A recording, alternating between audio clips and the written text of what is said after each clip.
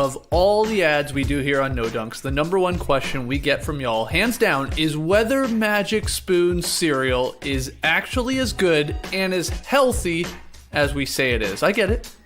You're skeptical. You say skeets. How could a cereal that has 0 grams of sugar, 13 to 14 grams of protein, and only 4 net grams of carbs in each serving taste so good? You say Lily. How could a cereal that only has 140 calories a serving taste so good? You say Tassie. You say Trey. You say JD. How could a cereal that's keto-friendly, gluten-free, grain-free, soy-free, and low-carb taste so good? The answer to all of this, of course, is magic. Capital M. Build your own box, people.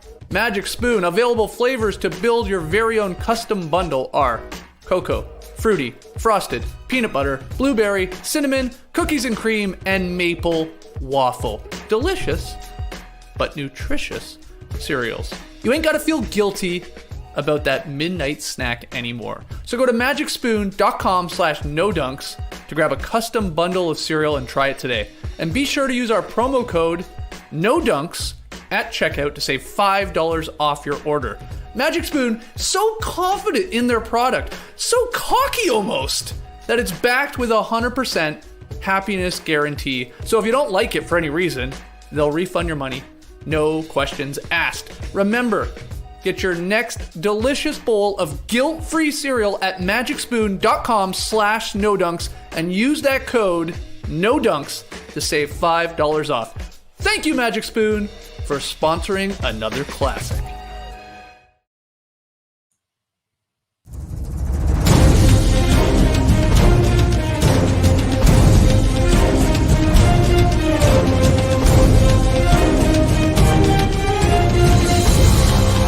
Yes, grab your torch!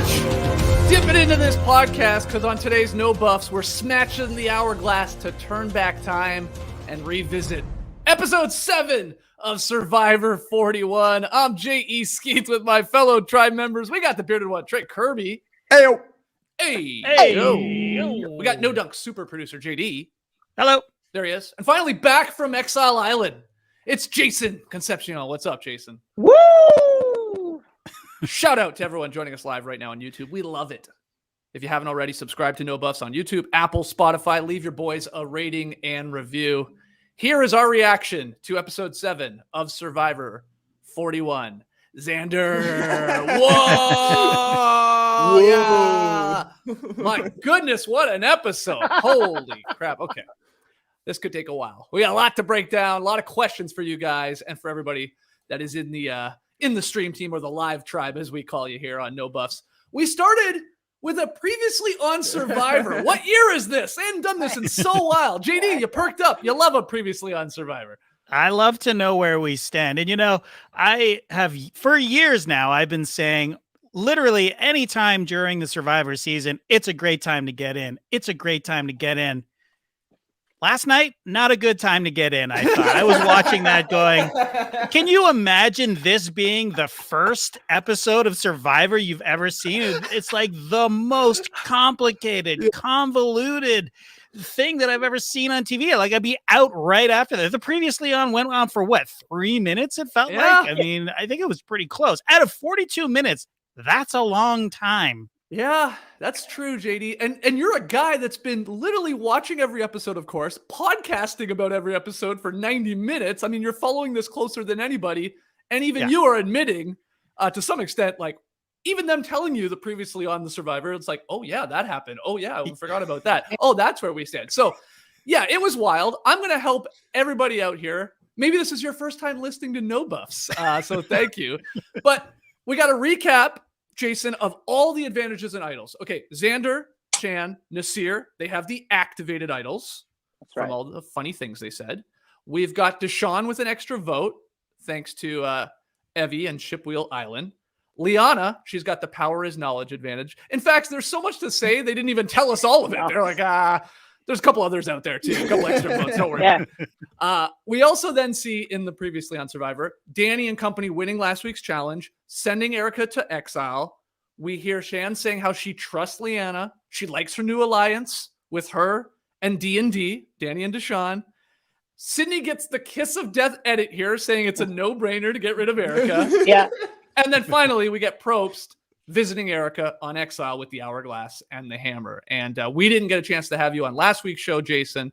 So this was probably perfect for a guy like you. You were like, all right, here we go. Nice little recap there from the Survivor. It was wonderful. Yeah, I mean, the only surprise from the previous episode was that Erika didn't smash the hourglass before Jeff even finished speaking. As soon as he said what it did, I would have bang! No hammer, just hands. Smash it everywhere. And the effects of that this episode, it was really fun. And clearly, what the point of that was, from a production standpoint, is how do we supercharge getting these players who have kind of stood aside from the gameplay to this point? How do we get them directly involved right away, going head to head, debating, playing hard against each other? Clearly that was the goal with that advantage, and it worked. So right after the previously on tray, we get to night 13, Exile Island. So we get a little bit of Erika struggling out there on Exile Island. Pretty gnarly looking thunderstorm that she had to deal with at least the one night. So we see her, trying to keep the fire going, just like literally like shaking away, not really under anything. She didn't really, she didn't appear to build anything at all. That was my thing. Like, we put a palm frond over right? Get you a frond, girl.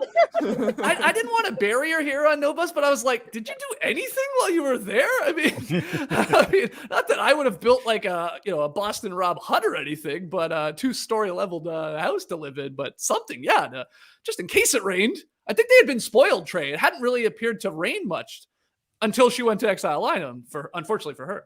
That's a fair point. Yeah, it's been a pretty dry season, and I don't know. I guess if you're Erika in that situation, you're like, I'm here for 2 nights. I'm not building this shelter anybody else can use, so I'm just going to focus on fire, and honestly, fair enough. It's a lot easier to focus all of your energies, I suppose, on building a fire, but I don't know. To me, it seemed like she just is like, I'm making it through this the best way I can.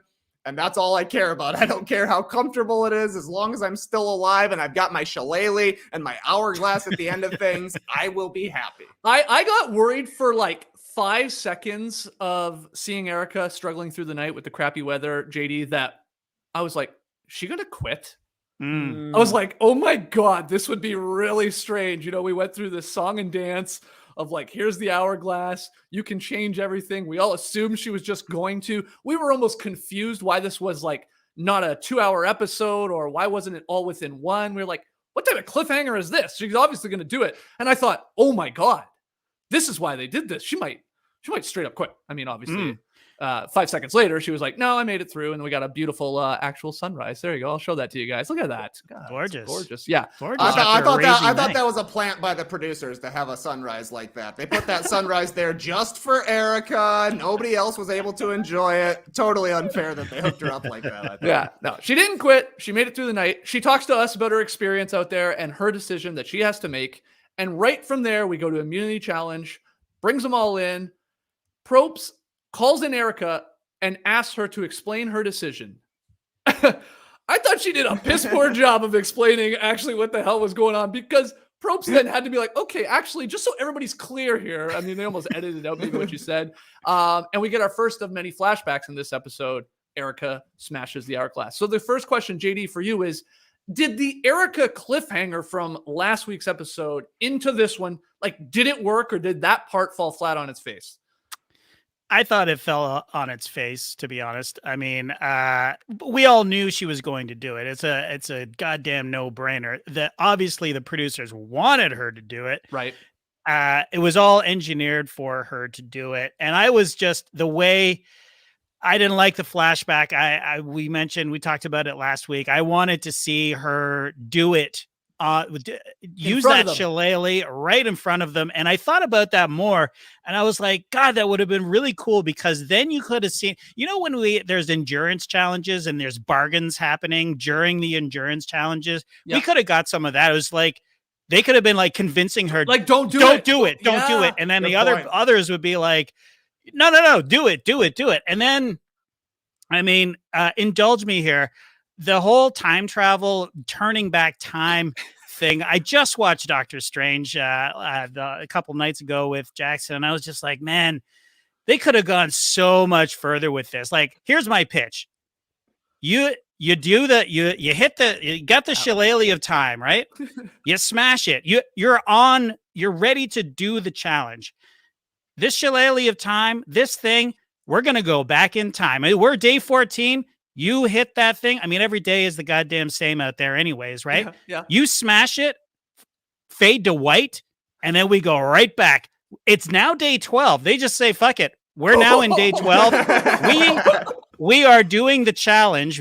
We're going right back to the moment before we did the challenge that got us into this mess. We draw new rocks. Oh my God. And then we do the challenge all over again. Wow. I mean, think of that. Like imagine, I mean, you joked last week, like, we're going back to kill Hitler. But what if you went back, you played Survivor for 2 days, and then you go back 2 days knowing everything that's gone on. And then you just say, if you smash this, we're going back 2 days and you get immunity, right? So you get immunity, but everybody else has to replay. So if you had found a hidden immunity idol, you got to give that back, and they put it right back in the same spot, right? Okay. Like, so you just wanted them to lean into the totally, time a little bit more. Okay. But then you would have, and then I'm jumping forward, but then a lot of the complaints of, well, we won the challenge, which is true. But if you actually go back in time, you haven't won that challenge, right? So you could at least have the chance to replay the challenge and win it again, and then move forward in the game. And I think that would have been a lot more interesting. I don't know. Maybe I was just standing in the shower thinking about time travel too much. I think so, man. I'm starting to wonder what JD I'm even talking to at this point. Which variant? Yeah, exactly. Well, what do you think, Jason? I mean, should they have leaned into the hourglass turning back time thing more? Shout out to Cher, or was it fine? What do you think? Can you hear me? First of all, can you hear me? We can. Yes, we can. Oh, yeah, we can. Great, fantastic. I thought, similar to JD, I thought that everybody should have thrown up all the food that they ate at the merge feast. I thought they should have, all their pee and poop should have gone back inside, and I thought that's how they should have handled it. And reverse everything that happened. My God. Get the food from the merge feast that has been reversed. You shouldn't be allowed to use that as energy for what happens next. You should have to immediately, as soon as you find out that the shillelagh of time has smashed the hourglass, you got to go throw up right now. I love that we're calling it the shillelagh of time. I have to admit, I like that. You actually made me think, JD, for a second, like your whole concept here. We've been told the entire time that this was a 26-day season and not the normal 39-day season.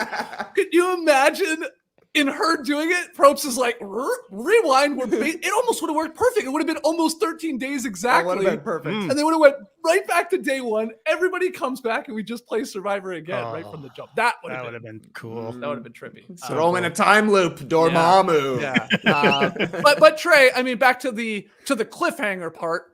Was it a little meh in the end? I know the rest of the episode plays out pretty crazy, but that part, was it a little this is what we were hanging off the cliff for?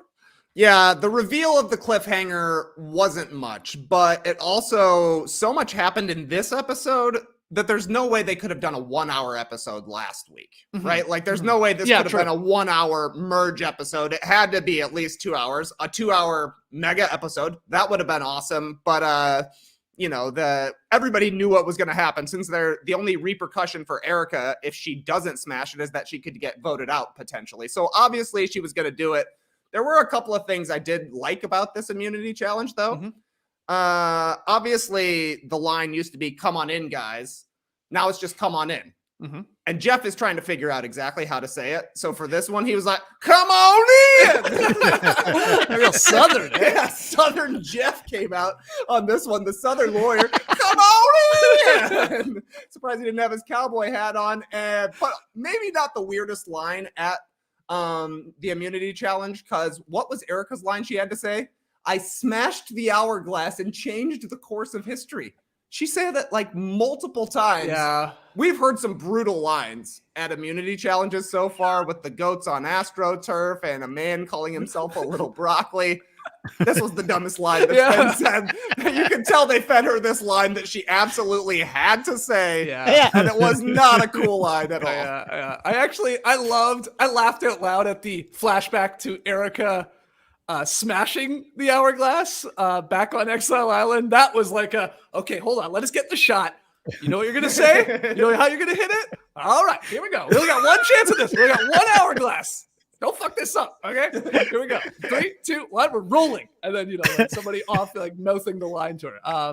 But yeah, to the immunity challenge itself, we've seen this one before, Jason. This the challenge where you can only use your feet. They had this one is for the absolute freaks out there. This is the Quentin. This is Quentin Tarantino specifically emailed in, and he was like, "Hey, Jeff. Yeah, I was thinking. I was just like at home last night. I was thinking, wouldn't it be great if all the contestants had to use their bare feet to pick up these really hard blocks, and then they stack them up again and again and again." Who is the feet freaks are at home just like, yeah.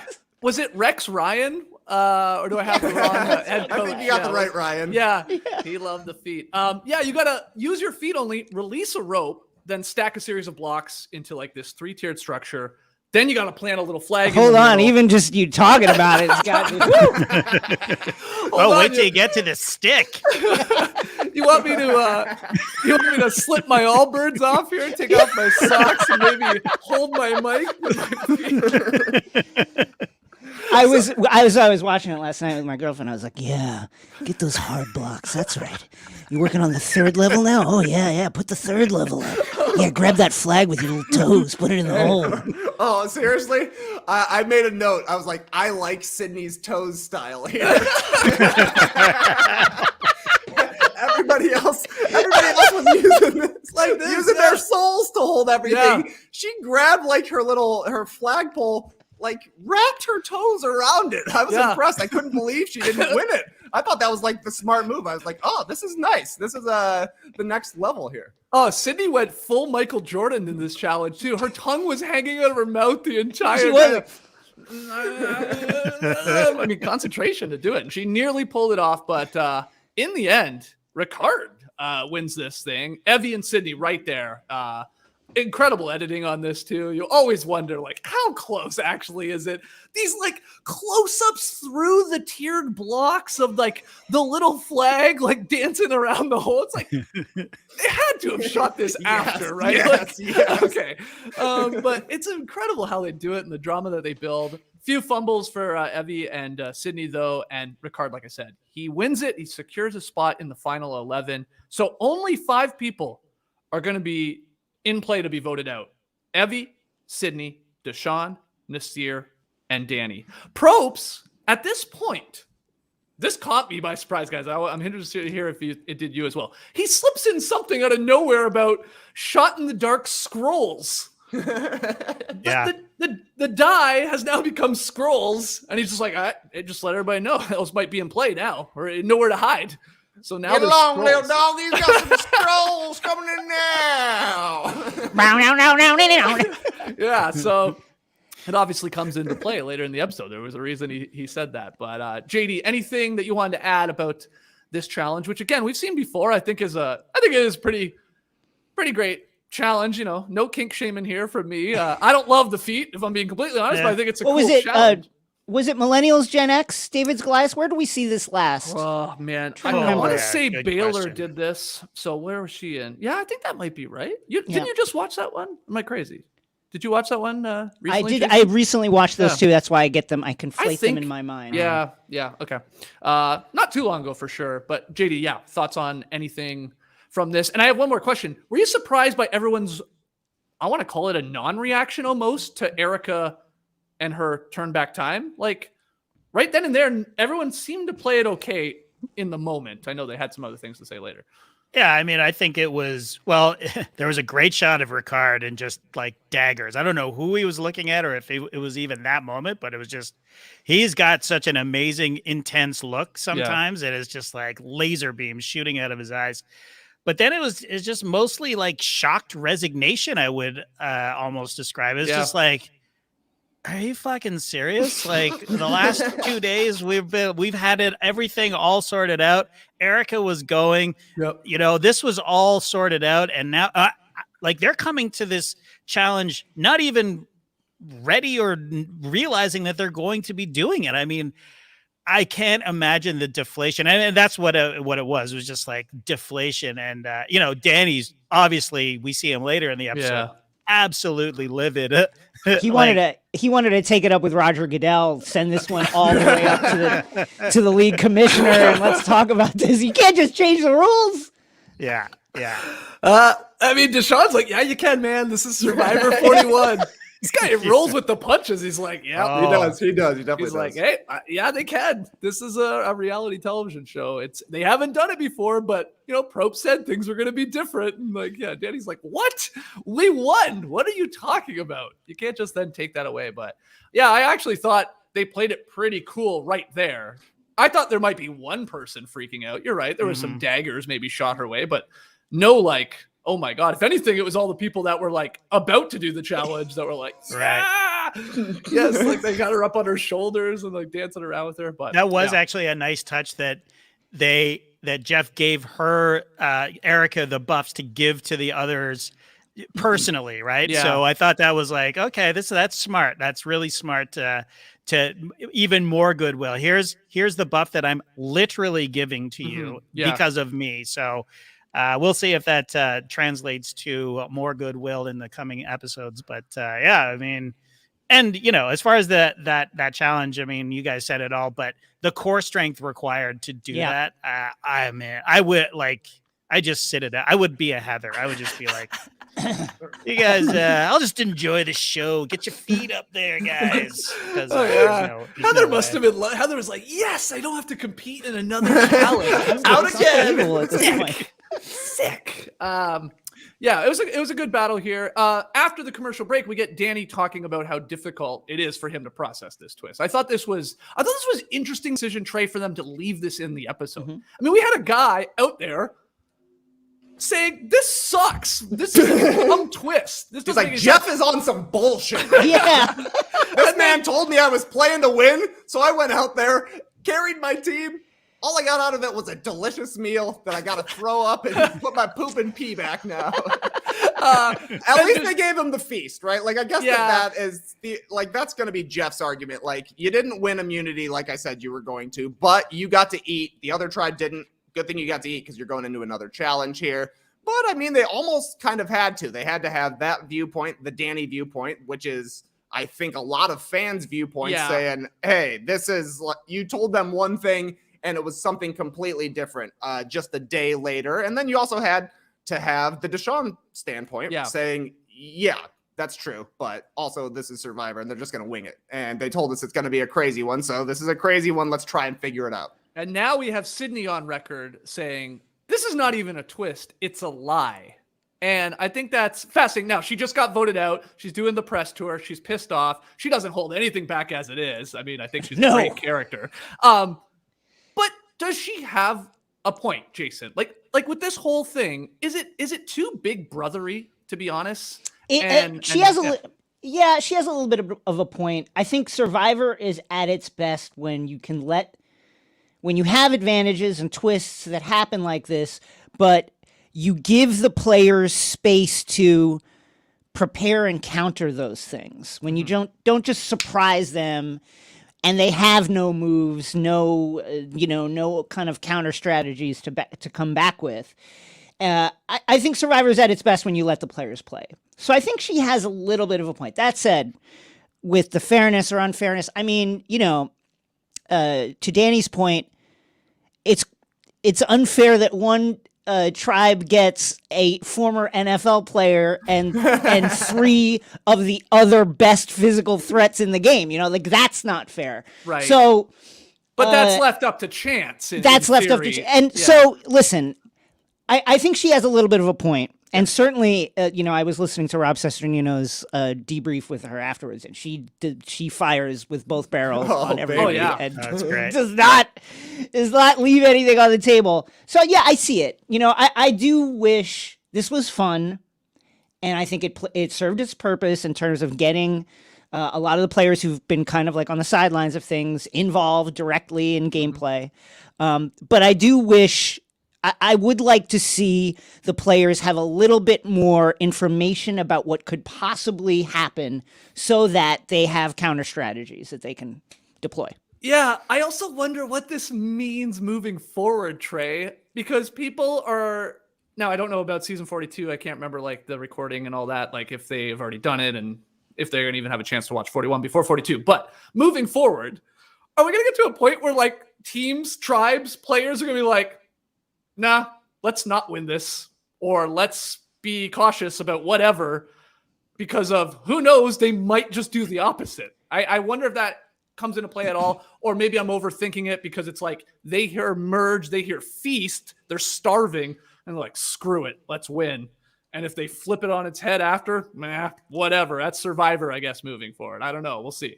If you put me on Survivor every challenge, I'm asking Jeff, you telling the truth this time, Jeff? You got a Bible? Freak, you absolute foot freak.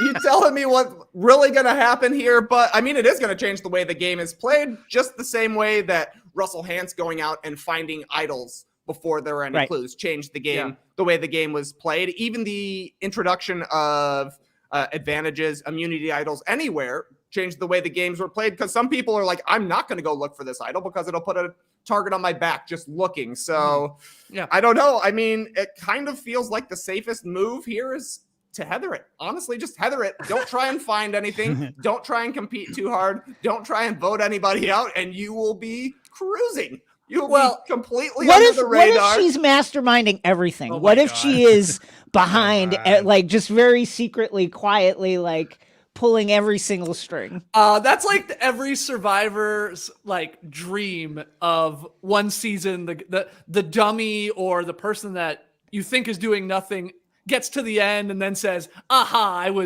I was acting the entire time, and I was pulling these strings, and I was even pretending to be someone I wasn't." Like we all always hope that's going to happen. And I'm actually a 32-year-old woman. right.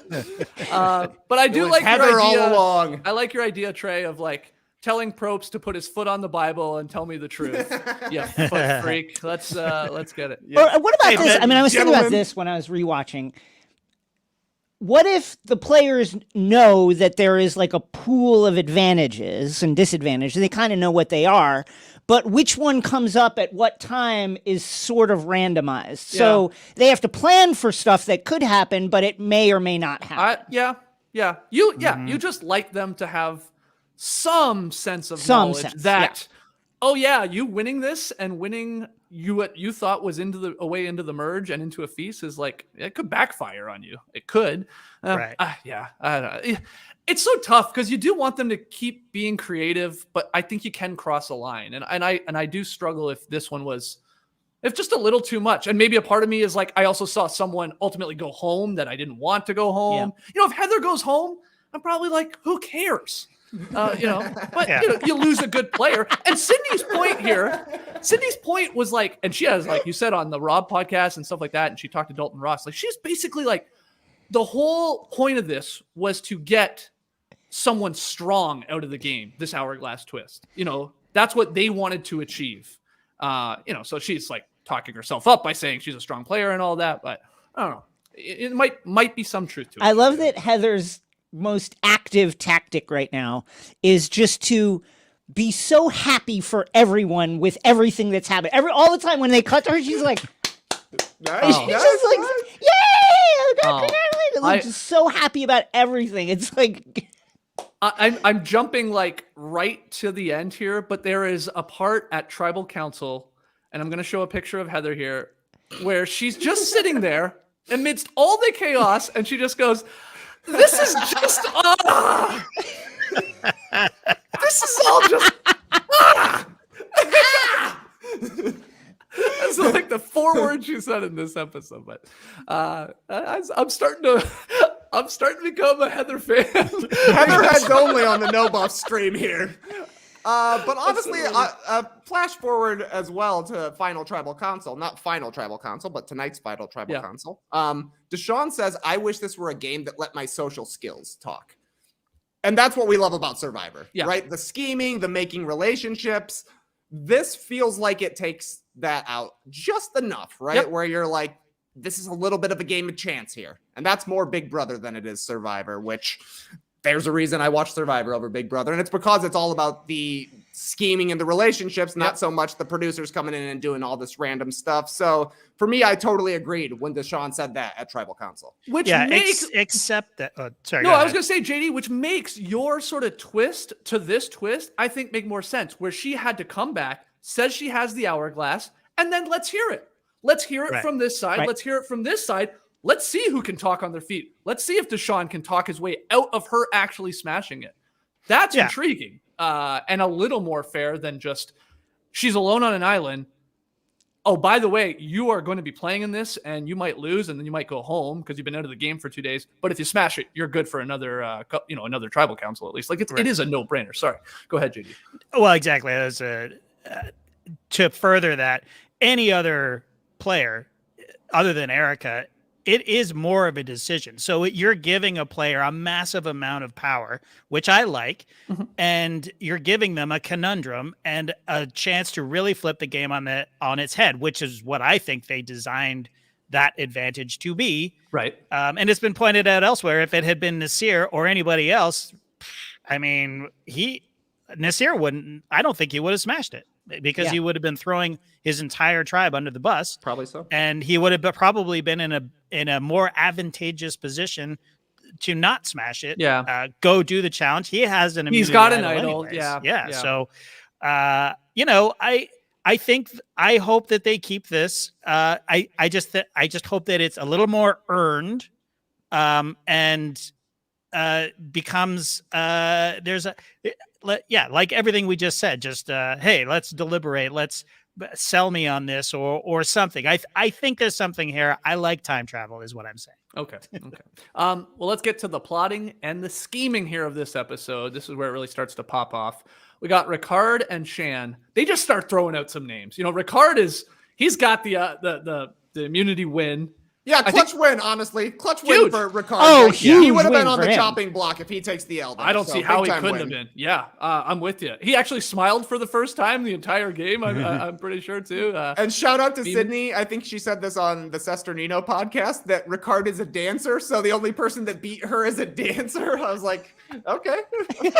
Yeah, I guess he's got moves. I'm not surprised. So yeah, those two, we know that they this is old hat for them. They're used to voting out people. So yeah, let's start throwing out some names. Ricard thinks that Nasir has an idol. Right away, everybody's like, he does. Yeah. So they confirms that. He's like, okay. Yeah. So he's like, well, what about Evie? And someone asks, I think it's Danny. It's like off camera, you don't see him saying it, but you hear his voice. Do you think Xander would give Evie his idol? And right away, I think it's Shan's like, no. Everyone's like, no, they don't think like that. They just dismiss it so quick. And they're like, okay. So Danny then takes this whole plan, this idea of getting out Evie, he takes it to Liana. And she seems a little shocked by it, Jason, because she's torn between her old tribe, which is the Yase tribe, the yellow tribe, which is Evie, which is Xander, which is Tiff. And then she, of course, has this connection with Shan. She has this new alliance with Danny and Deshaun. And she's like, oh, where do I go? She tells us on camera, I feel pretty good about going with this new alliance. And Shan just basically convinces her, it feels like. I mean, right? It's like, no, you're getting rid of Evie. I do wonder at what point Liana goes, am I actually making any of my own decisions here? Because it's basically whoever speaks to her last can influence her in a great deal. I mean, Shan was like, yeah, you gotta do what you want to do. Meanwhile, she's ably convincing her to do the thing that she wants her to do. Yeah.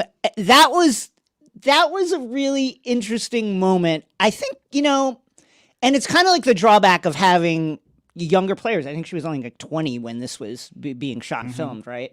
I think there's another path for her that she maybe could have taken where she has her alliance with Evie, and we've seen stuff like this happen in the past where she deflects the gaze of elimination to someone else. As well, I figure out a way to deliver for your former ally, because otherwise it is hard to work with a person who the next person that talks to them can sway them in a completely other direction. I do wonder that little conversation made me wonder at what point people start realizing that Shan is telling them all what to do. Yeah. You know what was funny to me? It was like, oh, Shan has become the Ricard, where like it's usually Ricard was like coming up with the plan, or so we were told. Shan would execute it. Well, now she's got Liana, and she's like, yeah, I'll tell you what to do. This is what you should do. You've got this. You should do this. Okay, you will go ahead and do that. But and I guess you can say there's a reason Ricard was making the plans, because Shan completely botched this one, even down to the end where she's like, Evie still has the idol, and she didn't. Yeah. Shan was wrong 3 times on this single idol. I don't know. Yeah, no, Shan is like looked human here over the last couple episodes. She did look human for sure. JD, anything to add to this? To the plotting and the scheming here, this first part. We'll get to Xander's move in a second. Yeah, I mean, I will just add to what Trey just said, and I think that Shan might be in big trouble. That Jason, you just asked when will Liana come to the realization that she's not making any decisions. I think it was at Tribal Council, and I think that if I would be, she must be livid with Shan. I mean, it's her fault to begin with that. She's the one that revealed that she had the advantage in the first place. What was that? Yeah. Don't get close to Shan. Don't get close to Shan unless you want your game to blow up. Just don't tell her anything. It's fine to talk to her, but don't. The people that keep telling her stuff, it's like, folks, please stop telling her things. Well, let's get to Xander's move here, and then we'll take a break, and we'll get to Tribal Council, because that thing was like 30 minutes long. Xander, he has a little moment. He hugs it out with Tiff and Evie, and he tells Evie, I'm giving you my idol. I know you're in trouble here. She starts to cry. Like, she's like really moved by it. Xander says, if you're out of this game, then we're out of this game. I mean, he is looking at this like, I need to be with these two, Tiff and Evie, to have any chance to pull this off. I need some numbers. Evie tells the camera, she wouldn't know if she would do the same for Xander. She wouldn't. Let's just put it out there. Yeah. She would not do it. Yeah, it's very honest. It's fine if she doesn't know. We at home know 100% she would not have. Yeah. She would not have saved him. Yep, that's true. That's true. But they realize they do need to work together, and they think they can work with Sydney. They think that's one person that they can get from the Luvu tribe, maybe get them on their side, and sort of start to balance out the numbers a little bit closer. They agree, Trey, on Deshawn as their target. Do you think that was the right, person to sort of for this little small alliance here, that really the Yase tribe and then Sydney, let's say, to go for him, Deshawn? Or do you think it should have maybe been someone else, maybe even someone like a Heather or something like that? For me, I would be going against Deshawn as well, just because he seems very well liked. He has built some relationships by going to Shipwheel Island, which therefore gives you the idea he probably has some sort of advantage even if you don't know what it is. And despite the fact that they haven't been to Tribal Council, it seems like he's in a position of power in his tribe. So I can understand why they would be sort of targeting Deshawn. So yeah, I guess I would have been on board with going for Deshawn if I was Xander. Yeah, I think they even sort of tie it to Sydney, if I remember correctly, JD. They're like, because they talk about, do we go get rid of Sydney? And they're like, no, we could bring her in. Let's get rid of someone she's close with, like a Deshawn. But that's the weird part of this whole dynamic. It's like, were Deshawn and Danny that close with Sydney? Or they're closer with Nasir than they are with her. I was always really confused by those three particular, like their relationship on Luvu. It seemed like they were good a lot of the times. They seemed to always be talking to each other within groups and strategizing. But then for whatever reason, and maybe it's just Danny got so hell bent on we got to have guys that it was like, that's the big. I think that's it. I think that's the big thing. Danny really got focused on, oh shit, they're coming for the guys. We Yeah. got to make sure the next one is a girl. And I think that really was a significant factor in what drove that decision. Yep, it's possible. We get a flashback here too, to be reminded. Tiff told Evie about Lyanna's power advantage, about the knowledge's power advantage, and then Evie tells Xander, looks like the next morning, and he is shocked, and that is when he makes the already classic Xander face, where what type of power? That's the face you make on Christmas morning when you have found your Christmas presents weeks before Christmas. Whoa, a PlayStation? No way! Oh, you think he really was shocked? Yeah. I think he was shocked. Yeah, by I learning. Oh, for sure. Yeah. Okay. But then he gets slick with it. Obviously, the move that they come up with, and we will get into JD. But before we take our first commercial break, there, what did you think about looking in at Deshaun there from this little group that's forming? Looking at him as a target, you mean? Yeah. Yeah. I mean, Deshaun is incredibly charismatic. I think that right from the beginning, when everybody is merged for the first time and meeting for the first time, he is just a charming guy. And I would be like, he's the ringleader. He's the one. He's the leader on the largest tribe coming into this merge. So it's a no-brainer for me. And also, something that I'm not totally clear on is everyone aware that Danny is an NFL player? Because Jen he talked about playing in arenas. Yeah, I mean, yeah. But at tribal council. But before that, there's been never any sort of, hey, I know you. You played for who do you play for? The Cowboys? Yeah. So I guess it's common knowledge within the players of Survivor that Danny is an NFL player. So that to me is also, well, we'll bring the pro athlete, meeting him for the first time. I mean, they've only been together for 2 days, right? So there's no way that he's going to win. He's a professional athlete. Right. They never win. Oh, you're saying like he'll actually has a good strong chance of being at the end because he's a millionaire because he played in the NFL and no one's going to want to give him another $1 million. Oh, interesting. Yeah. I like him, man. Me too. Man, he's good. Like even when he's free, even when he was like, this fucking sucks, man. Yeah. He like his like just personality is like, this sucks, you know. I'll say this about he was raging inside, I think, but he was keeping it pretty calm, cool, and collected on the outside. I'll say this about the Deshaun choice to target him. I think that is the right choice. I think he showed at Tribal. He can throw those little grenades where he knows something. He has put that aside for the moment. And then when he sees his opportunity, he lets out, oh, yeah, she told me about that. Did you know that she told me about that? And that can throw another, alliance into disarray. He thinks like that. He has a lot of relationships that go beyond his alliance. He's a really, really smart player. And even the way he dealt with the advantage getting repelled by Xander's move, where he was like, that was a great move. That was actually an incredible move. Congratulations to y'all, even though it puts me in danger. That's the kind of shit that makes him very, very dangerous. I know this, hindsight is 2020. I get it. But I just wonder if they you guys are saying all the right things. You're saying this guy's maybe the ringleader over there. He's the head of the snake. And if you get rid of it, maybe it all crumbles. But the flip side of that is maybe we just try and get someone some dead weight. We only need 1 or 2 votes here to just convince let's get rid of so-and-so. Now the problem is there's only 5 people to pick from. Which I actually like from this whole twist. I like that part of it. It's not 11 or 10 or whatever. It's there's only 5 to pick from. And Sydney, Nasir, Danny, Deshaun, and then who am I forgetting? Evie. Yep. Yeah. Evie, so I guess at that point you start running out of people, and maybe that's why they had to focus on him. Okay, let's take our first break, and then we will get into the madness of Tribal Council, and we've got Tree Mail, so don't go anywhere.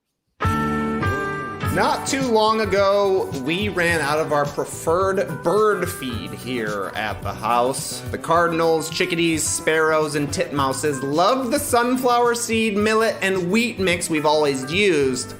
But when we ran out, we had to sub in a bag of 100% black oil sunflower seeds. Great news for the cardinals, which is my favorite bird. But the rest of our flying friends were not interested.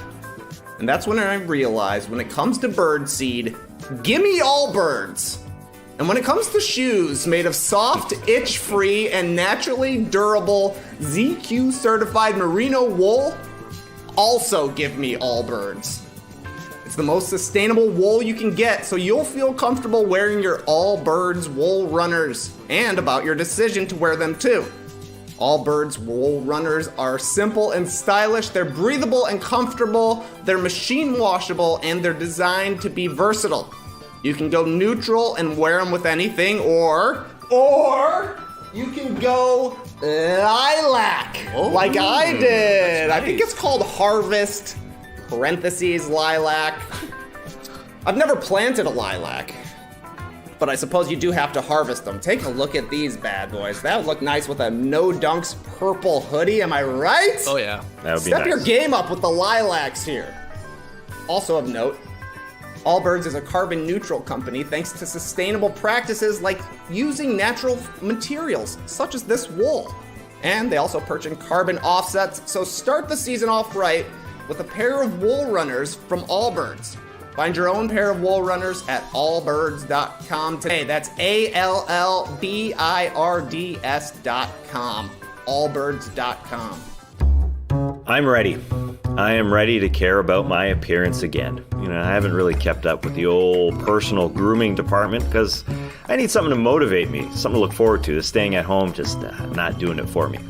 But I have the event. My man Ryan Setton's wedding next year. And how am I going to plan my look? Well, the website that has all my measurements stored, ready to make custom fit clothing for the occasion, Indochino.com. I set that up forever ago. It was easy. You may ask, being that Ryan was Canadian Junior Bowler of the Year, is it a bowling-themed wedding? Are you going as a pin tass? Will you and Danielle be going as a 7-10 split and stand really far away from each other? No, it's not a costume-themed event. And just because he likes bowling doesn't mean he identifies with it every moment of the day. He can be something else, guys. I knew you were wondering. Although I'm sure Indochino could pull something off, because everything is customizable, and it's all included in the very affordable price. And Ryan really did bowl a strike with Loren. Every piece at Indochino.com is made to your exact measurements, and you can customize every detail. Indochino offers completely custom-fitted suits, shirts, casual wear, and more at surprisingly affordable prices. Indochino is now open at select Nordstrom stores, giving you even more ways to get great fitting, personalized clothing. Find your nearest location at Indochino.com. Right now, you can get $50 off any purchase of $3.99 or more by using code NODUNKS at checkout. That's $50 off a purchase of $3.99 or more at INDOCHINO.com, promo code NODUNKS. Back with No Buffs, breaking down episode 7 of Survivor 41. A fun episode, and we're going to get to Tribal Council, but before we do, we had some more stuff going down. We had Ricard talking to Erika. Just a quick little scene of those two going down the beach. Deshaun, he's talking to Nasir about voting for Evie. Xander, Danny, they have a powwow. At one point, Danny goes, "It's one of mine or one of yours." They come to the table, two families, to make a deal. Xander then tells Danny, Evie's going to be safe. He just tells him that to his face. I like you. I trust you. You've been good to me. Evie's going to be safe. He also shares with him that Liana has the knowledge is power advantage. And then we get Xander with a great line, Jason, saying, if I can create paranoia in these people, that's great. Now, did Danny have no idea about Liana having the knowledge is power at that point when Xander told him? Or was he just like pretending to be shocked that was news to him? I couldn't keep track of what, of course, everybody knows, but I guess he didn't. It seemed sincere, like he sincerely did not. And then the way he continued the conversation later with Liana seemed like that was the case. I was a little bit. I mean, Xander is a gambler, man, and letting them know that he knew was a gamble, because like I think you could argue that what he did, the bait and switch, that little baiting them into using it, would have worked and you would have been more confident it would have worked if they didn't know that you knew. Right. But, you know, again, that little risk to add some drops of paranoia into that alliance, it clearly worked for him. And it was a move that paid off. Yeah. Danny, like you said, he takes all this information to Liana that Xander has told him.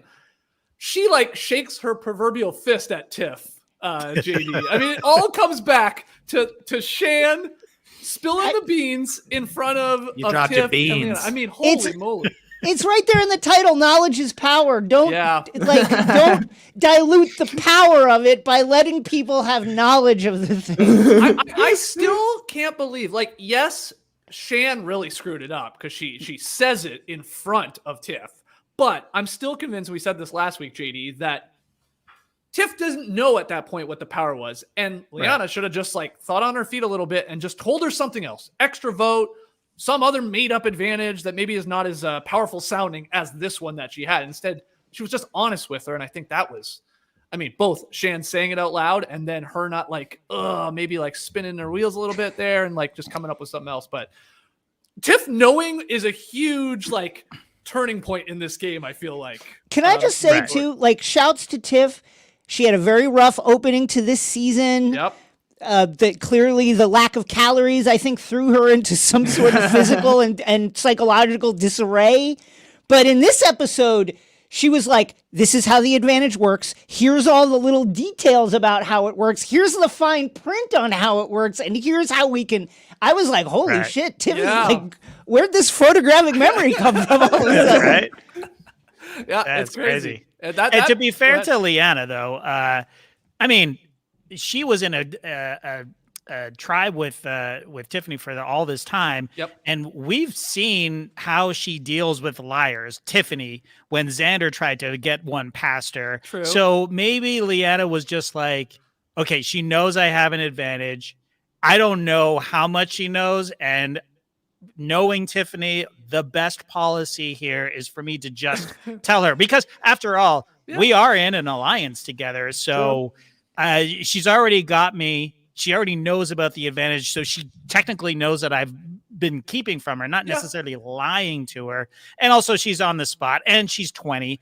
And, you know, it was a bad move by Liana, but a much, much worse move by Shan. But, you know, we went over that last week, but I just wanted to say that in defense. That's fair. Liana. That's fair. It's a good point. You know, she's a school teacher. You don't lie to a school teacher. You know, you're going to be sent to the principal's office. Liana and Shan, then, I love this part, Trey. They go and read the advantage, like small print. They're like, hold on, let's check the warranty on this.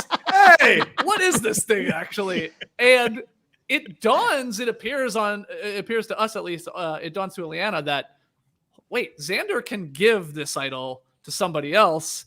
And then if I asked him and he doesn't have it, then we're screwed. This was great because we talked about this on last week's No Buffs episode. We were spitballing this possibility and it ends up happening, which was pretty cool.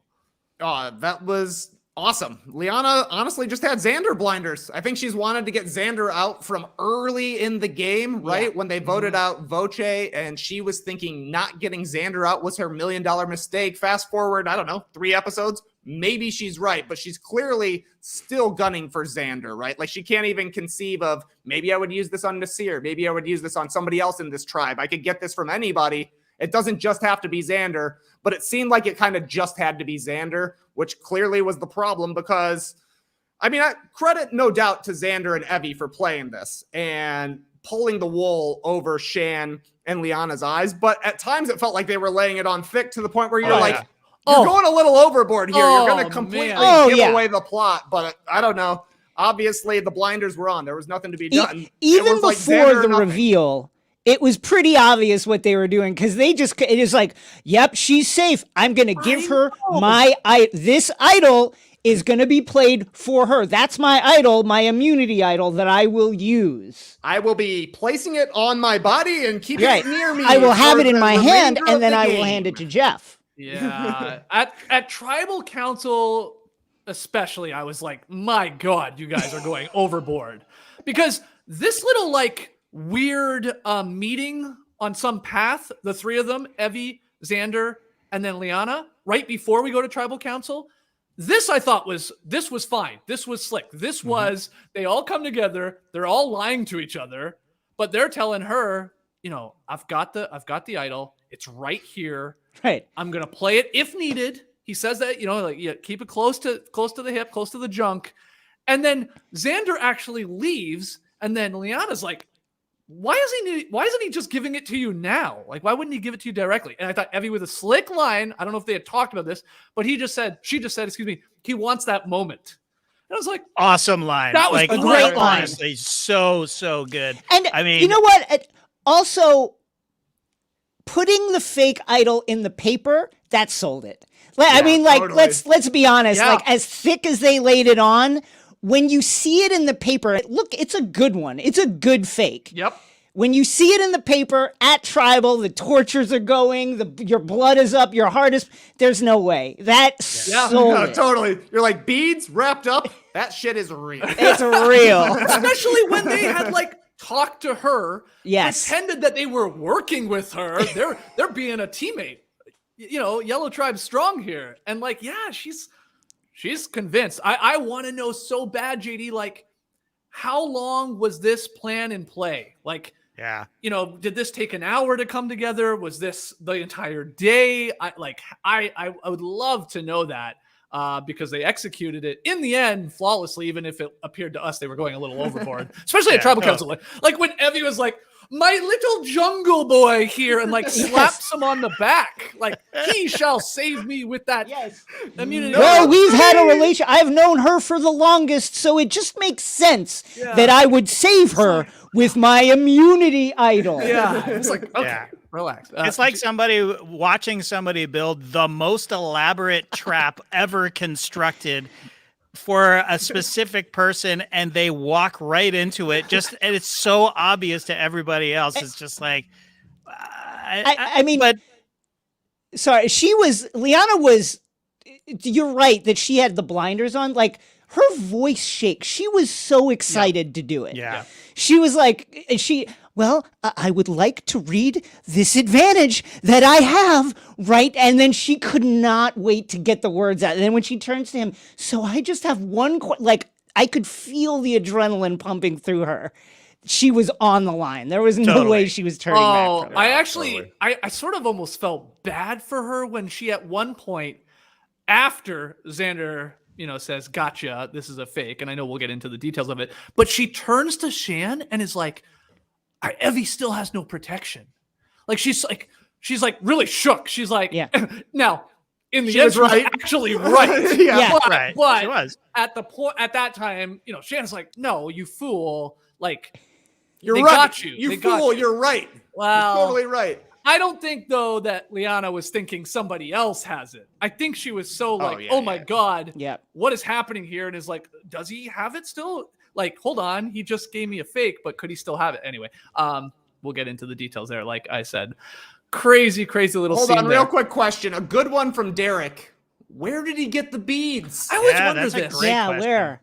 There was a fake idol kit on a previous season, right? But I don't know where he found these beads. Okay, I've heard from other, Survivor contestants, there are things on flags and decorations on set and maybe just crap you find on the beach too. Sure.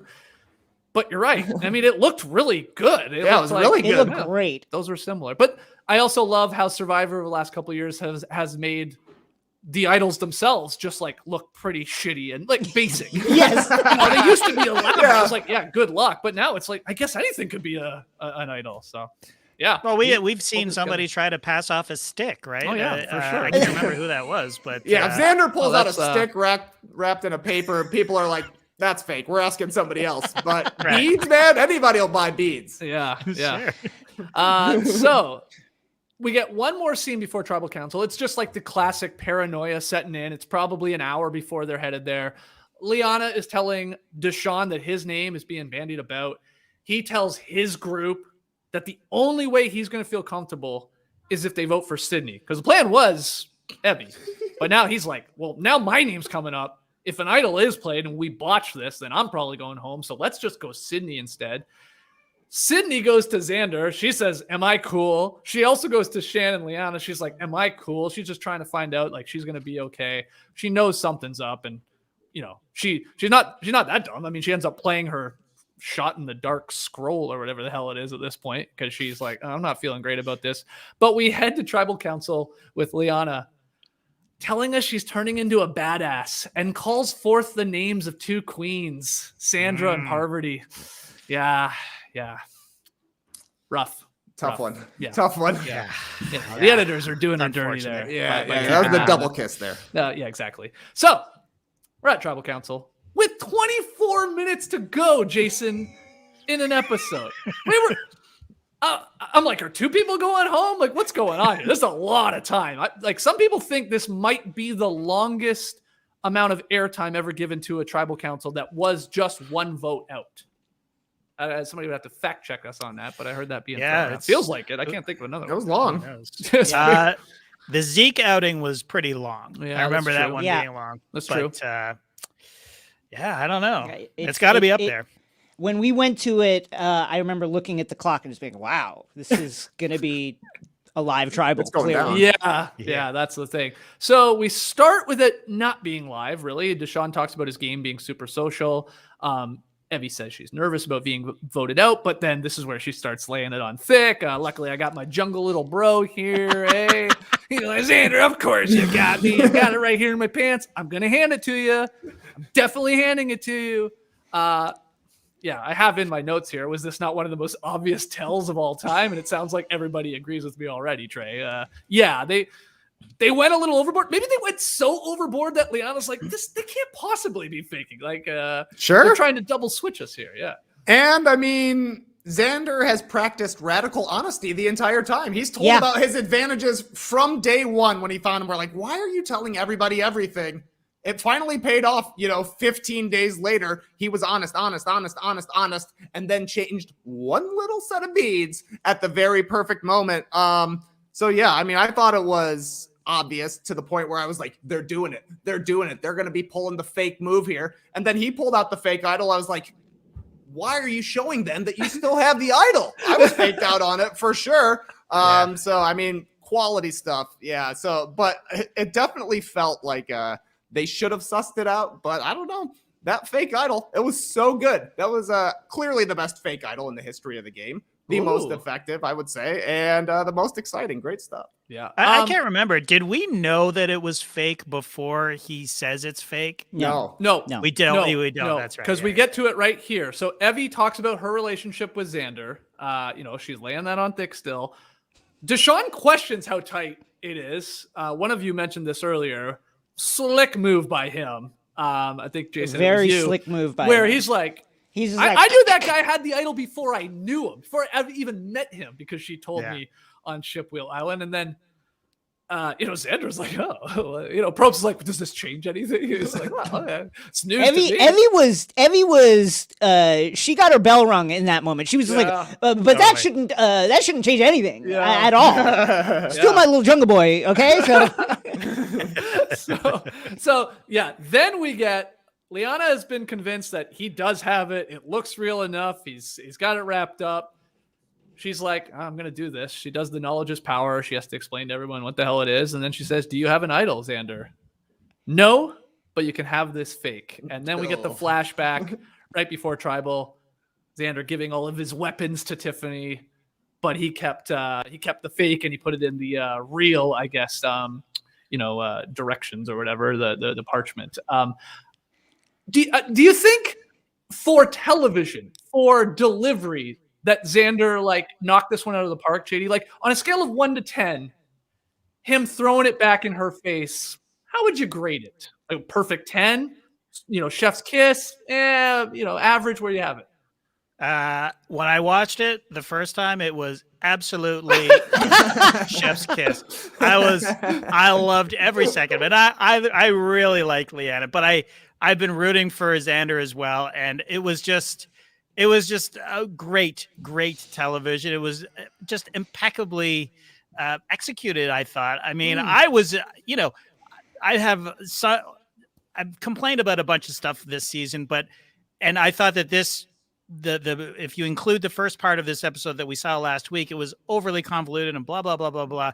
But I was on the edge of my goddamn seat when she asks him for the idol and then he presents her with a fake idol. And it was just like, ah! Like, I was loving it. I loved it. Okay, you're high on it. Okay, I have a question, Jason. Does he have to tell her it's a fake idol? Thank you for saying this. I was discussing this, with Trey over text with my girlfriend. I think he does have to. This text chain. Come on, let's go on. I'm sorry. Let's get on it. I think that it would have been great if he just hands her the fake idol and she thinks it's real. They throw all their votes on Evie. He plays the idol, and they pick somebody, Deshaun, Danny, whoever you want. Great that would have been cool. And that feels very Survivor to me. This goes back to the kind of original sin of this advantage is that you can't lie. Like, I think the fact that he you have to tell the truth, kind of sucks, and it takes that play off the board. But I wonder, much the same way that there is that loophole, if he gives the idol to somebody else and they're holding it in that moment, like what actually constitutes. If somebody is merely holding it for you and you still are calling how it's going to be used, did you really give up ownership? Do you have to physically be holding it? Right, similarly, can he just give her the fake idol and not say anything? Or can he say no in a way that makes it like, actually, yes, here's the idol. I had to give it to you. It's so fuzzy that it was a little unsatisfying in that regard. It felt like there were still envelopes to be pushed. But my sense is that he would have to tell the truth. But even within that, it felt like there were gray areas. Yeah, I feel like we may never see this again, Trey, solely for the fact that I'm sure all of these contestants have asked the production team out there a million questions to the point where even the production team was like, God, I don't know. Okay. I honestly don't know what you can say or what you can't say. We're never doing this again. The fact that Tiff looked at him and was like, what do you want me to do? Right. Yeah. So it's still his idol, right? You know what I mean? Like, so there's all these gray areas that they need to define a little bit more clearly next time they do something like this. Yeah. I don't know. At that point, see, I guess from what I know about Survivor, at that point, it actually isn't his idol anymore. Tiffany has it. Right. They have an agreement that it's still his. Sure. She trusts him and will only play it how he wants her to, but she would be in her own right to be like, you're not getting it back. I'm actually playing it on Sydney. She could do whatever she wanted, I think, with it. So I guess it's not hers technically anymore. But yeah, I would have loved. That's why I don't have this as a 10, JD. It's like, I would have liked him to let it breathe just a little bit more. Yeah. He wanted to like say it so bad. Like, he wanted to do the face. Come on, just be like, come on. Like, oh yeah, God, just milk it, man. This is your real moment. But his acting, we had reached the end of his acting chops. You know what I mean? Like, he has been playing this thing all day, and he's been waiting for this moment. I mean, factor in all the adrenaline and it's the victory, right? It's just like, ha, gotcha. And, I thought that maybe they could have been a little more gracious about it. Evie saying, well, thanks a lot. And then what do you like? There's this sort of awkward, back and forth between Leanna and Evie. But fair enough. Emotions super high. I stand by my 10. I thought it was just great television. And Trey, how would you be grading this whole Xander delivery here on the fake? I gotcha, sucker. Oh, that's a 10 of 10. I'm with JD on this one, and I think Jason Flowers is right. He wanted that moment. That wasn't a total lie from Evie, right? Like, he wanted the moment to say, no, I made a fake idol, and I fooled you for an entire day about it to the point where you wasted your advantage. That looks awesome. He got credit from somebody who might be on the jury, Deshaun, who's not yet on the jury. He's already winning over the jury with that move. So to me, this is going to go down in history as one of the all-time great Survivor moves. Agreed. Okay. Yeah, okay. agreed. All right.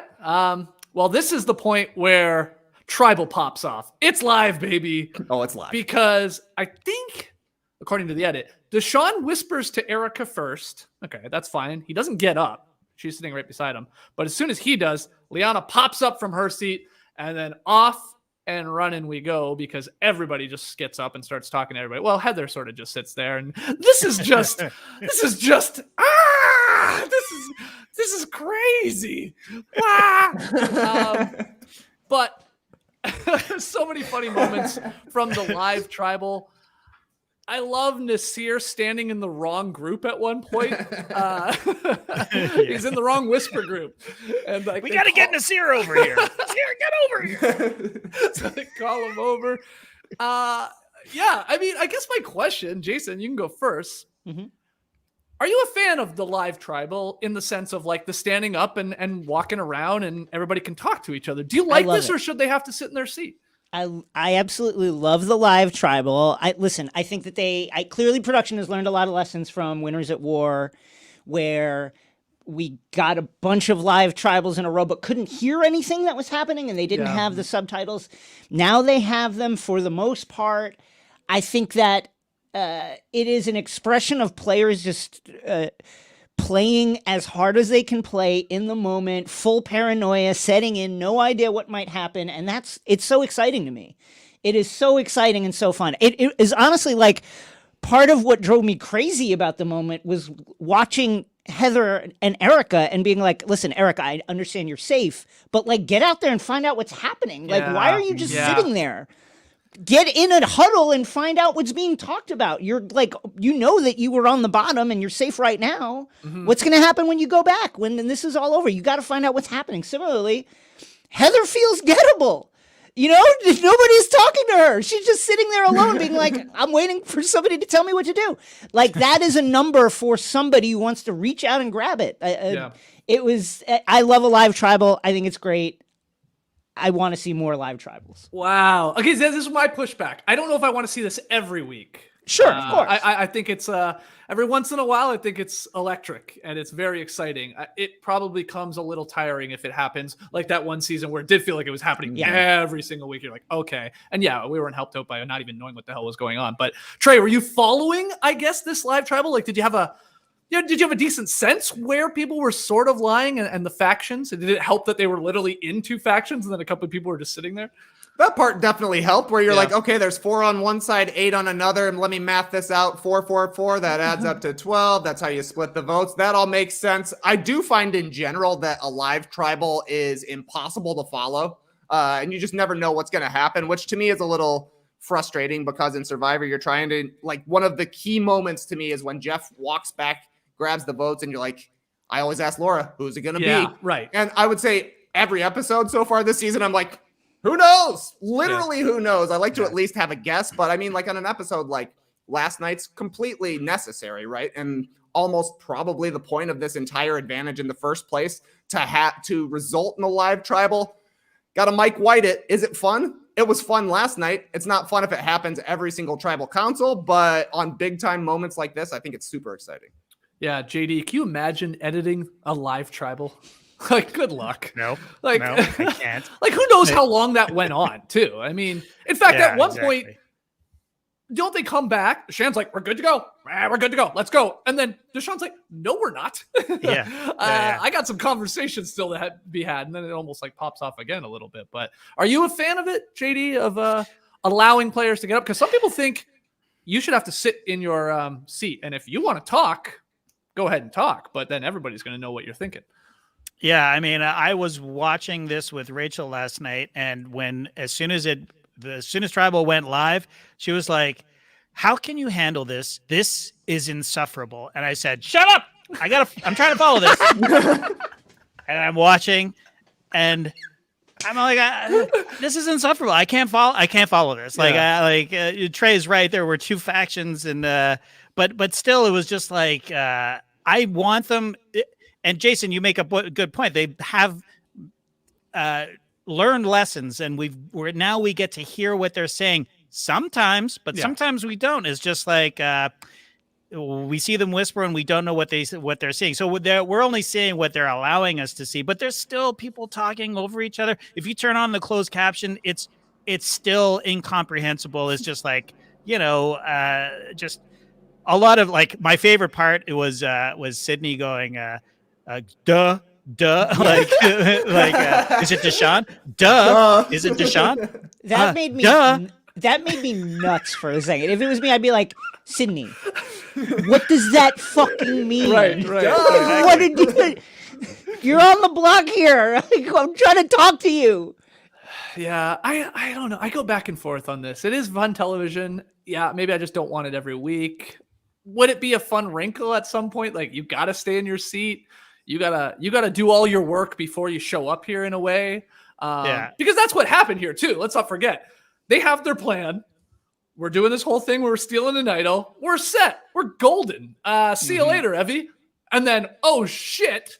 Whoops, nice move by them. Well, we better have another meting. It's like, one thing that I think that there is stuff I think that's revealed from a live tribal that is useful and very impactful when it's just called out. Like there's that moment where they were like, Nasir, get over here, and then Shan, they're trying to figure out like how the vote might break, and then Shan is literally just looks, and there's 4 people over here and 7 people over here. It's like they can't beat us. Don't worry about it. Just vote the way we want to. Like, count it.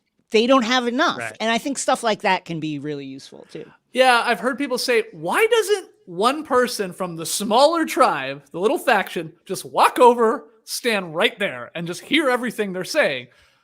Which, sure, I mean, you could do that.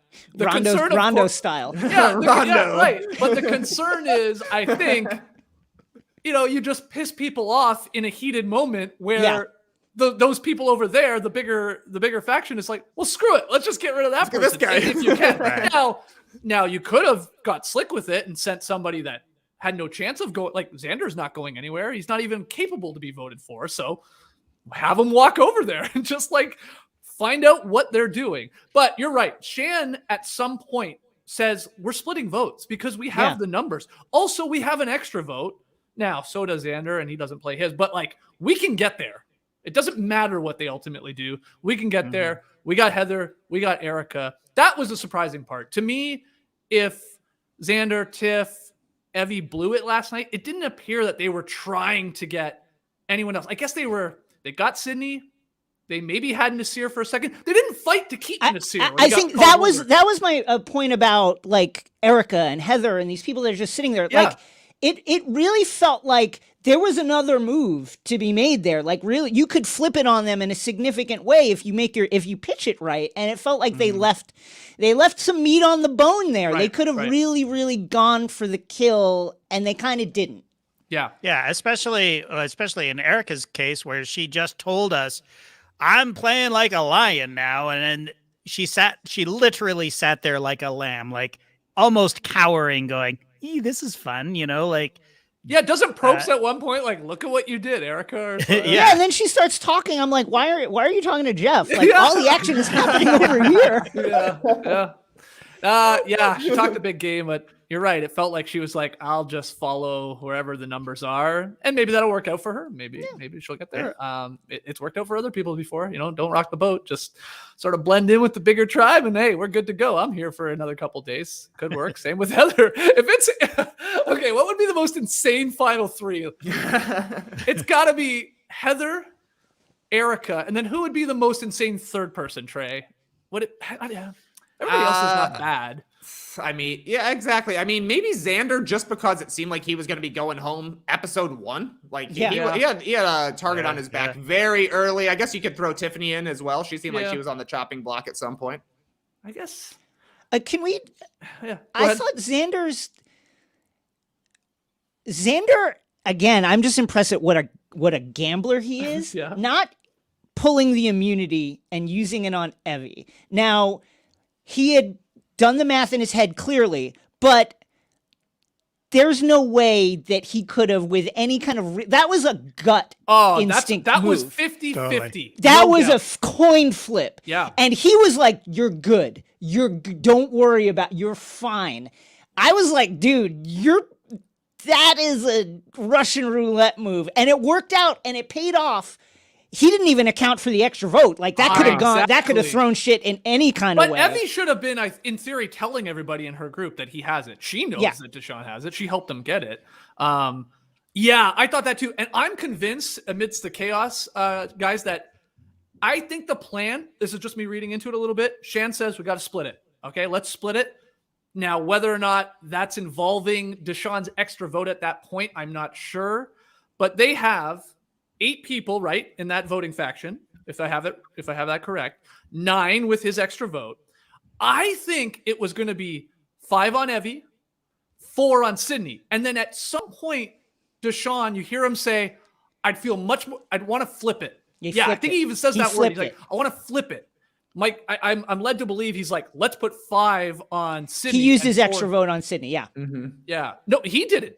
He didn't. He voted twice for Evie. He voted twice for Evie. That's what I meant to say. But the group used 5 on Sydney and, in theory, 4 on Evie. Yeah, which is really wild. I mean, if that's what was the ultimate like flip there, it, easily could have been Evie going home with Xander not having played the idol. That was that's why my theory is that he did not care about saving Evie at all. He was there to save his idol, and he did. Yeah, that's probably the case. If Evie goes home, sucks for her, but also, they were trying to get me out for the entire time that we were on our tribe together. So fine with me. I still got my idol. Yeah. And maybe that little information he learned from Deshaun came into play too. Like, whoa, wait.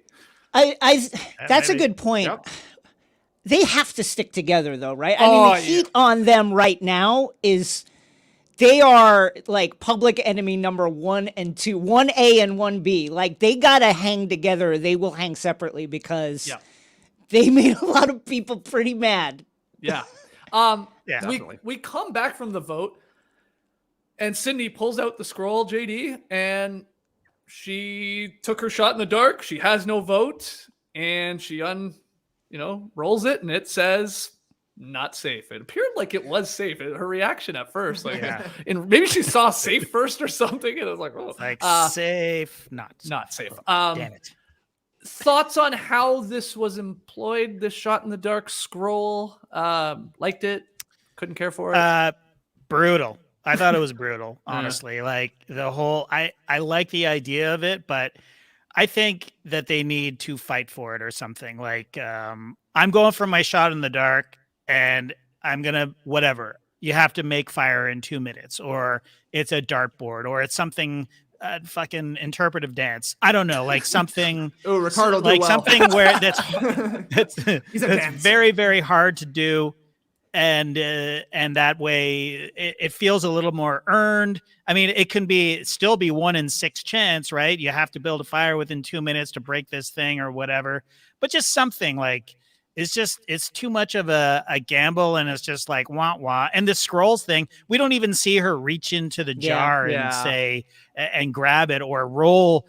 They make 12-sided die, I believe. You could just, roll a dice or something. I don't know. Like, it was just sort of like a wah. That said, I would have been thrilled if it had worked. I mean, it would have been really, really cool. And we would have had, fireworks going off and whatever else. But it's just the execution of it to me is totally lame. Yeah. A little clunky. You agree, Jason?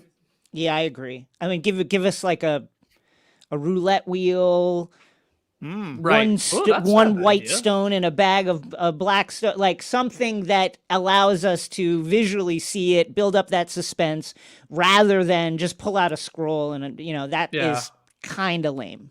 Yeah, you want like the Price is Right wheel, something to that really like hammers home. That'd be awesome. This is a gamble, and this is a last chance, last ditch attempt to save yourself. Yeah, this is a good idea. Something like that would be better than her just saying, "Okay, hold on, it says not safe. Sorry." Now I don't. Yeah, not much drama with unrolling a scroll. Yeah, but, and it says I like the family or Price is Right idea, man. That's a CBS property as well. Get on the phone with Drew Carey, bring that thing down to Fiji. Yeah, he just they bring out Drew Carey. That'd be pretty cool. Sydney voted herself off. Did you realize that? She said she was going to vote for Evie, but she played her shot in the dark, lost her vote, and Evie ended up having 1 vote less than Sydney. So she goes in the Tyson camp of voting yourself out by getting a little too smart. She's very Tyson-like, so that makes sense. Yes. She'll probably come back and win this game down the line. Yeah. At the same time, that is completely right. And then so if you play it out, they would have gone to revote, and then arguably she Probably stays, Evie goes. Mm-hmm. That said, with that many numbers and that many variables, it's kind of hard to. I still think it's like a reasonable move. Sure. Because when it's just hard to figure out how that number of people is going to break down in terms of where they vote. It's a tough call. Yeah. You guys said Xander tells Tiff, don't play it. Don't play the idol for Evie. I mean, yeah, ballsy. I mean, that is a flip of a coin. It really is. Like, I think they know that they're splitting. You know where it's going. Two people, and you're saying I'm not going to save one of them. I'm with you, Trey. And meanwhile, Evie is out here like, play it. No, play it. Play it. Please play the thing. Yeah. And Xander's like, nope, you're good. Don't worry about it. I'm 100% convinced if Tiff wanted to, she could have played it for her. Right. It's her decision, right. But she's saying, it's yours. So, we are a group, and you tell me what to do. I'll do whatever you want. Hey, don't do it. And wow. Balls on this guy. No wonder he's got a deep voice. And also he needs that, right? Like he needs it. I agree with Trey. He's a little bit like, no, we're not playing that. I don't care if she goes that much. Yeah. I'll survive. I'll be here with it. Yeah. He needs it. Yeah. He needs it. Well, wasn't he was chatting up Nasir, was it this episode or last episode when they first got to the merge, and they were kind of bonding over both having idols. Yeah. And so, I mean, Nasir seems to be on the bottom of the Luvu group now. I mean, Heather is just, rising up the charts over there. Sydney thought she was in tight with Danny and Deshawn. Clearly, she was not, because Deshawn was ready to throw her out as soon as they figured out they needed a new plan. So, I don't know. He was always saying Yase strong, but as we saw, Liana flipped, and we know that Tiff has been trying to get Xander out from the get-go, as has Liana. So, I don't think he's totally tied to the yellow anymore, and I think he's got his idol now, and he's ready to make some moves. Yeah, the key is, will Nasir realize that he's on the bottom? Yeah, because I don't think that he knows that he's anywhere near the bottom. He is just having the time of his life. Did you see him at the tribal council? He was like, this is crazy awesome. I love this. Yeah. The only one having more fun than Nasir is Heather. Let's be honest. I mean, that's like, she's like an avatar in a video game. Like, that's how I would love to play Survivor. You just literally just spectate like a front row courtside seat, and she made the merge, so she's gonna enjoy the whole experience of she being made the jury. Yeah, she's gonna. We're getting Heather in every F. I mean, she is the goat in the Survivor sense. The goat of all recent memory goats. Oh, everybody would love to. She is there because everybody looks at her and says, "I beat her. I got her. Don't worry about it." I'm convinced she is the biggest lock for the final three right now. I don't know how she couldn't be. If you read or heard Sydney talk about her too after being voted out. Like, you might think, oh, sweet old Heather, like just this lovable woman. We don't know. We don't see anything on the show, so who knows? But Sydney's like, she's like a bit of a pain in the ass, and like always talks about herself and sort of never shuts up. It's like, what? My favorite example that Sydney gave was like, I think she says, if you say the word toothpick, she'll say, my husband says if you stab somebody in the eye with a toothpick, you'll go blind. I mean, that's probably true, right? I guess so. I guess she hated though. She hated Heather. If you read her interviews, yeah. But I did like reading after Sydney got voted off that her and Tiffany became pretty close. It seems like, which is funny to me because Tiffany to me seems very similar to like what Sydney will likely be like when she gets a little bit older. Very outspoken, pretty funny, pretty chatty, and, will make fun of somebody to their face or behind their back. She don't care. Yeah. Sydney voted out 5-4-3 in the end because Deshawn played his extra vote. He played both of his for Evie. She had the 4 in the mix here. He had 3. So it's sort of wasted in the end, his extra vote. It didn't really do anything. Heather, Liana, Eric, Shan, and Nasir voted Sydney. Danny, Ricard, and Deshawn twice voted for Evie. And then Xander, Tiff, and Evie, of course, voted for Deshawn. JD, would you want to see Sydney come back?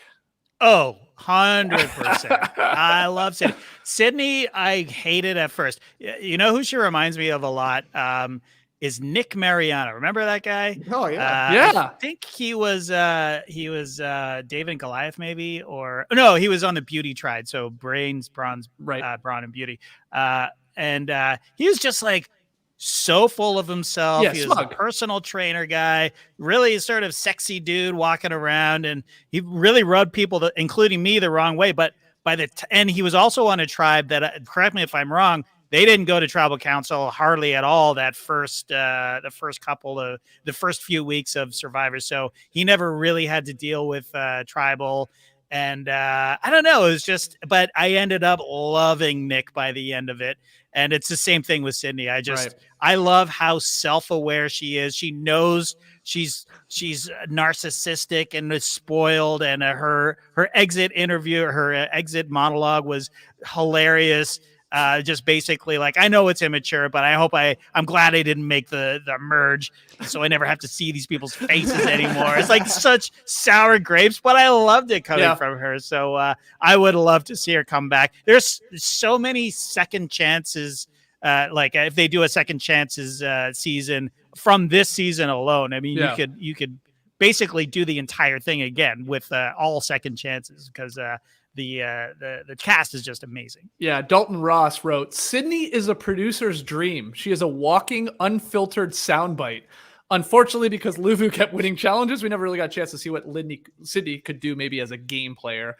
But as a character, I'm on board to bring her back. I think she's just hilarious television. And she is like a female version of Tyson, young Tyson for sure. Yep. Just this cocky, just dry, just sort of like every scene they're in, they're sort of funny. But yeah, Jason Trey. She called herself the threat of threats. I think it was the EW debrief. She says, "Listen, I'm the threat of threats." So I'm not surprised that they. Yeah, it's like okay. I do love that. I love that shit. It's like good player, maybe. Actually, like I'll say this. I was actually very impressed with a lot of her debriefs. She was right. She had read the game basically correctly, and I think her instinct, as she says in the show, to play the scroll shows that she had kind of like read the tea leaves correctly. It didn't work out for her, but she was aware of what was going on. And in her interviews, her exit interviews, talking about like where she wanted to position herself in the game, she seemed pretty aware of what was going on. That said, fantastic TV. Like it reminds me of Chris Noble. Like just a loudmouth, very sure, very cocksure. Maybe not a good player, maybe a good player, but great TV. Yeah. Trey, do you think we'll see her back? Do you think she'll ultimately be on another season of Survivor 41, or has she actually maybe gone too far with her distaste for the twist and what she said about production? I mean, she does not hold back, but maybe that gets her in trouble getting an invite. Yeah. I would say the thing that would maybe hold her back is that she's basically saying the reason she got voted out at Tribal Council is because she was tired and bored with it. Literally the first time she went to Tribal Council, she's like, I just wanted to go home and sleep. Yeah. But I love this line from her exit interview at Entertainment Weekly. I actually got a phenomenal edit, which is shocking because I had phenomenal things to say. So it really did capture everything I thought it would capture. So yeah, bring her back because basically every time she was on had a great line or a funny interaction with somebody. But like she said, and like you mentioned, JD, Luvu just kept winning and winning and winning. So we didn't spend a whole bunch of time with the Blue Tribe. So yeah, I mean, bring her back, bring back Beef Walton, bring back JD. I think those three are like locks to come back at some point. So yeah, this has been a good cast, a fun cast for sure. Do you think that we'll see one of them next season? Like, so they'll keep somebody for a back-to-back like Malcolm or No, I don't think they're good, but they're not like iconic players here. We're talking about people that are also voted out before the merge. You're right. Yeah, before jury. She's not even on the jury, which was like a little bit of a surprise to some people. Like, oh, okay, I guess she's not going to be there. But she's happy about it. She's like, get the hell out of here. I can go sleep. I don't want to see these people ever again. Yeah. Any other notes there on Tribal Council from last night? Because we got to take one more break and we'll get to Tree Mail. But any other notes on any moves that were being made there by any of these contestants, Jason, JD, or Trey? No, everybody's shaking their head. Jason, you got anything? No? Okay.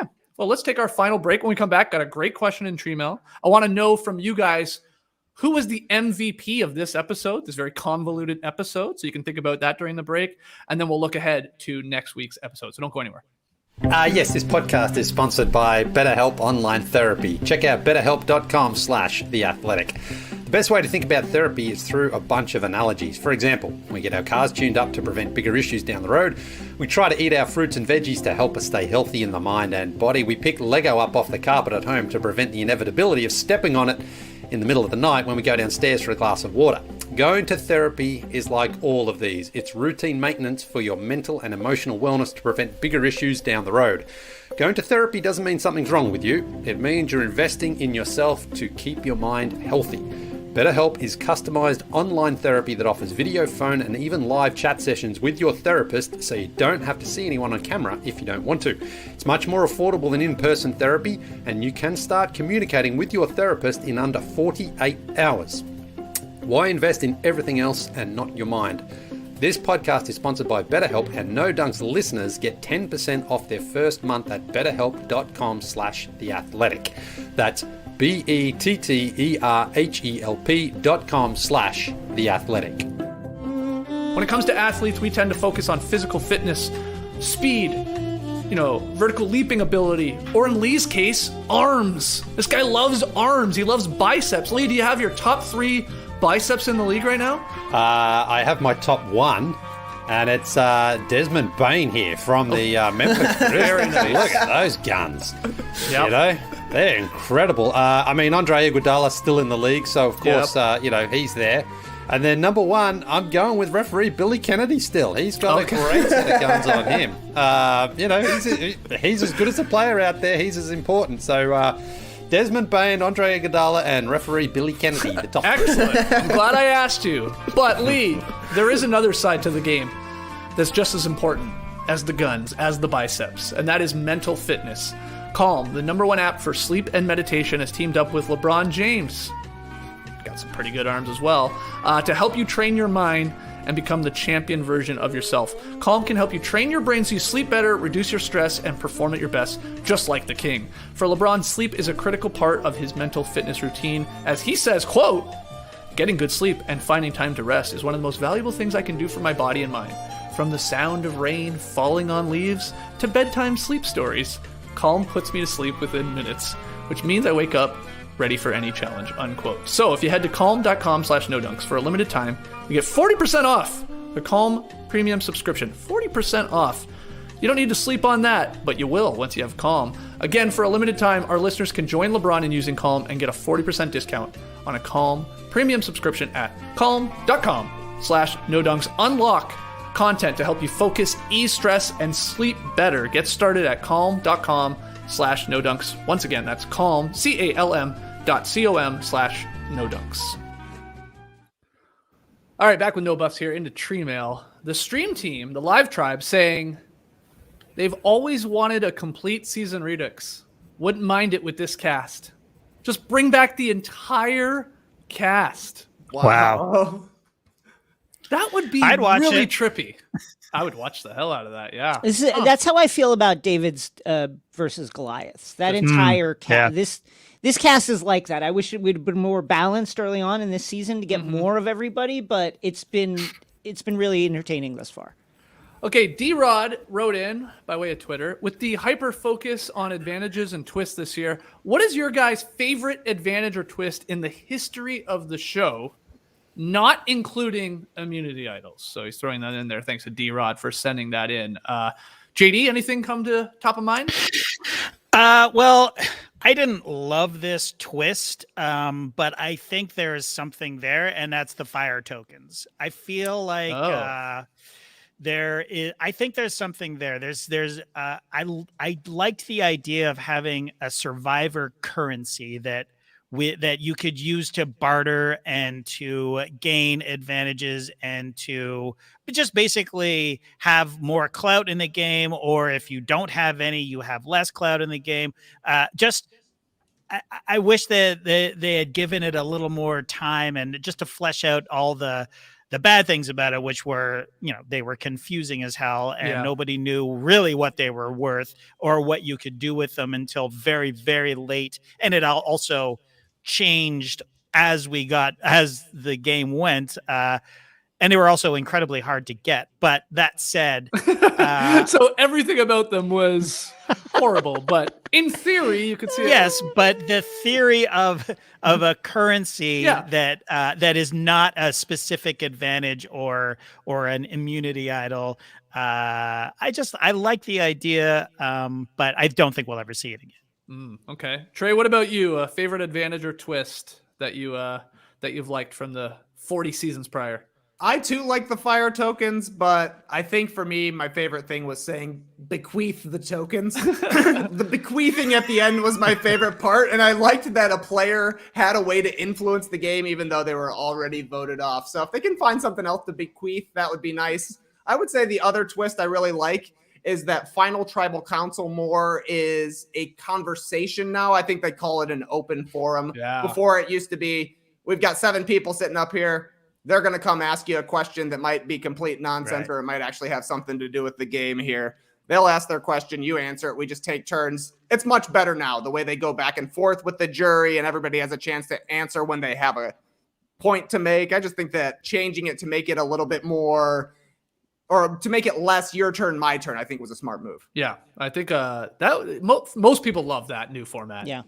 Because you'd get so many from the old format of just like, these people are just bitter too, and they just want to like have their last moment to shine on television. So they don't even get to a question half the time and just say how great themselves are. And you're like, come on, like you should be trying to collectively figure out who's in your mind deserving of the win.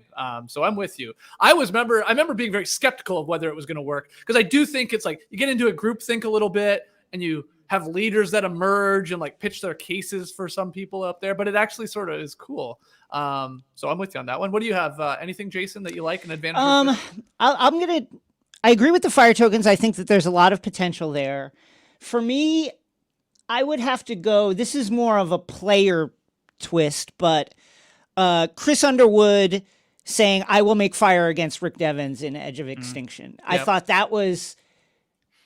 it was one of those things where when it happened, you just went, yes, this is an incredible move.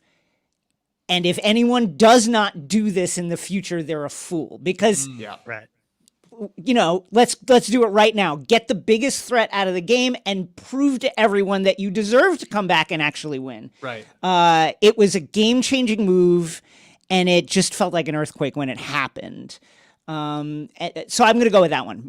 Coming back from somewhere and saying, I'm making fire against the number one leader in the clubhouse right now, and let's do this right here, right now. And I think that's like such an important moment in Survivor history, and specifically for that season, because that's the only way Chris Underwood could have won that, right? Like if he comes 100%. Back and somehow goes to final tribal and still wins, like people roll their eyes at him being the winner already, but at least he did that massive move there at the end, taking down the number one threat in a super thrilling way to the point where you're like, that's a way to win the game now. I thought that was super sweet. MVP of this episode. We went through it all, scene by scene, tried to make sense of it, talked our way through it. Who, if you had to, put the gold medal around their neck or hand them the immunity idol or a trophy or something, who would get it from this episode? Jason, let's start with you on this one. Who do you think played the best game in episode 7? I'm going to say, it's got to be Xander, right? It's a historic move. It will be, when you go on a YouTube and look up like greatest Survivor moments compilation, it will be on there. And, ice water in the veins to then carry it out and then keep his immunity idol safe. I got to go with him. Okay. I think it will be on those compilations as long as 1, Tiffany gives it back, and 2, he doesn't go home next week. But I'm with you up until this point. JD, what about you? MVP of episode 7? I agree 100% with Xander, but since Jason already said Xander, very close second is Deshaun. Just the way that the agility of his play is just amazing to me. As I said, he's a super charismatic guy, and it was kind of illustrated back when, way back when we were talking about how pissed off Danny was about how unfair it all was, and he was just like, "Hey, we got to roll with it," and that's totally his vibe. And he just is very, very adaptable, and He's a massive threat, and the way he played, throwing Evie under the bus while still giving Xander props for the awesome move that he made was just incredible. Long game, very just a great survivor player, and it just shout out to him. Okay, Trey, Xander, Deshaun, anyone else you want to give some love to? I'll throw a little love to Tiffany. I thought she played it pretty smart there at the end with she was given responsibility by Xander. She said, I'll do what you want. Your call.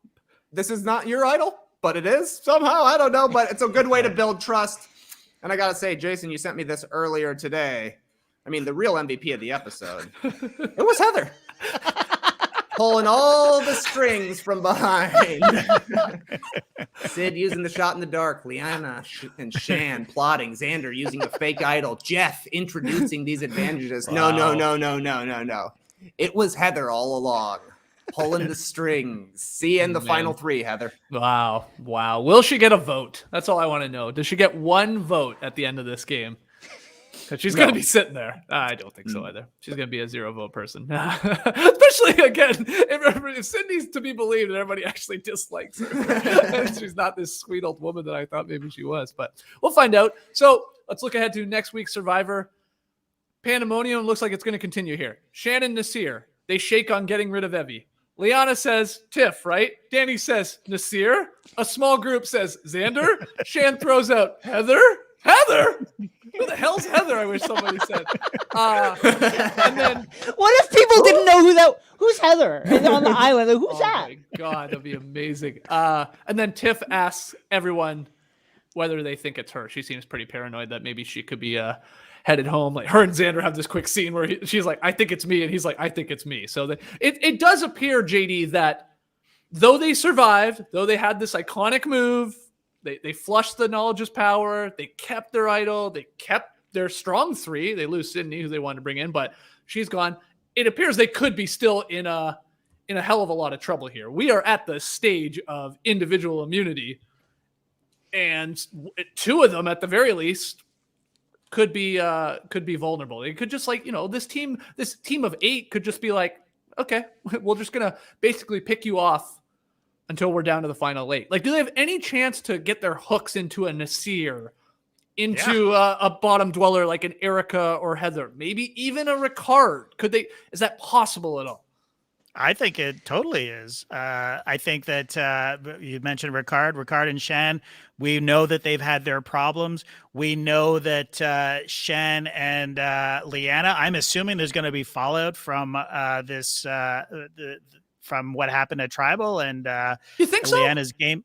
I think so. Yeah, I do. And I don't think that the Alliance of 4, our African American alliance, I don't think it's as strong as we think it is because of that. And also at the beginning of this episode, Deshaun said, I'm tightest with Sydney and Danny.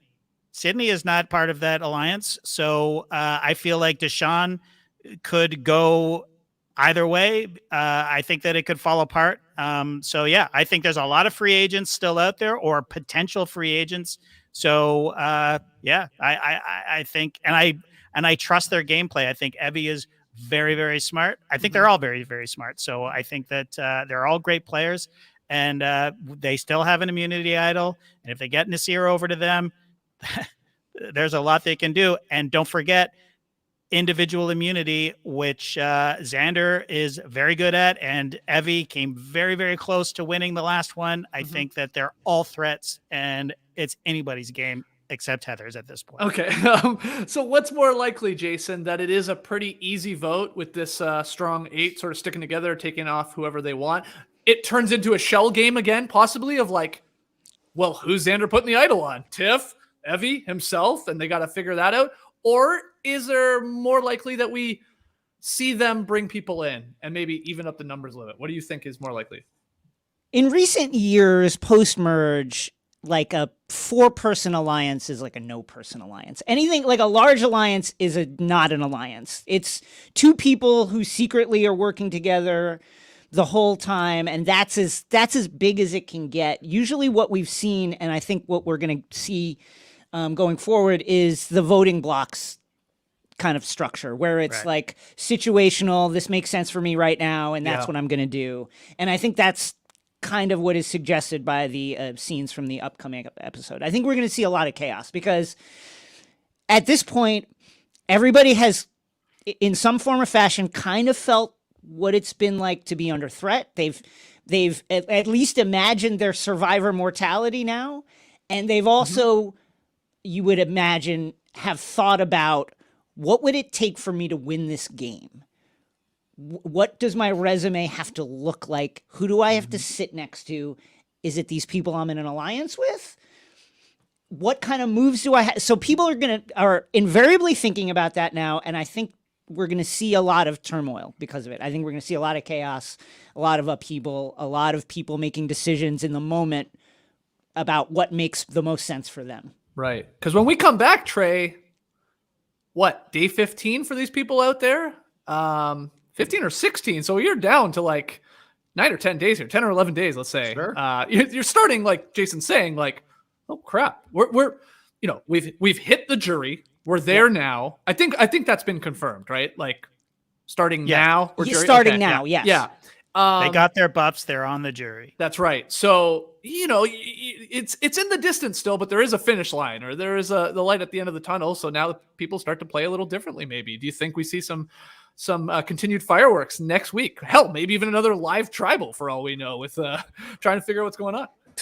Live tribals are like Pringles. Once you pop, you can't stop. They just keep happening and happening. But I think Jason hit on something. It feels like a voting blocks game because now that we've finally seen Luvu vote, you can tell that they're not actually that strong together. Danny and Deshaun, they're a tight two. Ricard and Shan, they have been a tight two. Let's see if they're still interested in working together. To me, Evie and Tiffany seem like they are a tight two as well. Other than that, everybody else kind of feels like they could be up for grabs a little. Like maybe Xander thinks he's close with Tiffany and Evie, but like Evie said, I don't know if I would have used my advantage for him. She wouldn't have. So yeah, I mean, if there's only twos that are really set up here, that means there's a lot of other things at play. There are other advantages. We finally saw an advantage get used. Does that mean there's now another one for somebody to be finding? Could throw some things into the mix as well. So feels like a confusing big time episode coming up here. I didn't even think of that. An idol's probably going to be put back in play. Yeah, they could be scrambling around the island for all we know. I really got to find out who's closest to Erika and who's closest to Heather. Like, who do they consider their tightest partner? Because we have no idea. Nasir, I think we have an idea that he feels like it's Danny or Deshaun or both of them. I think he thinks that, and maybe that is the case. But Erika, no clue. And really, of course, Heather, no idea. And, they could be big votes here as we get down into 11 people now. And I know there are extra votes, so it convolutes things. Heather is one big move away from winning this game. Wow. One big move. Wow. I can't wait. Before we go. That's the move. He speaks. Hi, I'm challenge. Before we go, game within the game, guys. The toughest rebus yet. I actually am not proud to say this. I had to click on the little video for a clue. I couldn't get the right answer. It took me a little while. Can you guys knock it out of the park right away? Okay, let's see here. What is that? Is that a Barbie? Is it a bride? It's bride. A bride. Yeah. Okay. Yep. Is that a ball? Idol in my pocket. There you go. You got it quick. I kept putting in pocket. I kept putting in pocket idol because I was seeing the pocket before the idol, and it kept coming up wrong. And I'm like, I don't know what this is. It's And then Probst literally in the video says, it's 3 words. It's 5 syllables. This is a tough one. Like he's talking to the kids and me. You got it though. Idol in pocket. The new word it unlocked, just so you want to know, it's C. We got 2 C's now. We got C, S-E-E, and we got S-E-A. The game within the game is in the game. People don't ever forget that. The question, though, that Probst asks at the end, guys, was, and he always does this when he's pitching ahead to the next episode, would you ever give up your individual shot at immunity to benefit the tribe?